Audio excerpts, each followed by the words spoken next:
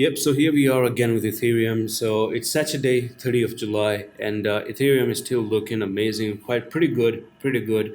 But I do reckon that there could be a chance for Ethereum to actually make a little bit of a retest down to this line, which can be 1633 at the moment, just because of Bitcoin. If Bitcoin actually corrects, we might see a little bit of correction coming in for Ethereum as well. So one more thing to keep in mind is that you do have a doji right now. So this doji can cause retracement to the downside. So this is how it looks like. That's the doji, and that's actually a decision coming to move higher or to move lower. My take is actually move lower due to the nature of weekends. So you might see Ethereum actually today coming down to 1654, tomorrow coming down to 1613, and actually make a little bit of a wick down to 1580 before you actually start to move higher to go up to this price level, which is going to be $2,500. And the reason why it's $2,400, $2,500 is because of a bump and run. So you move sideways like this, drop to the downside, move sideways, break it out, come down,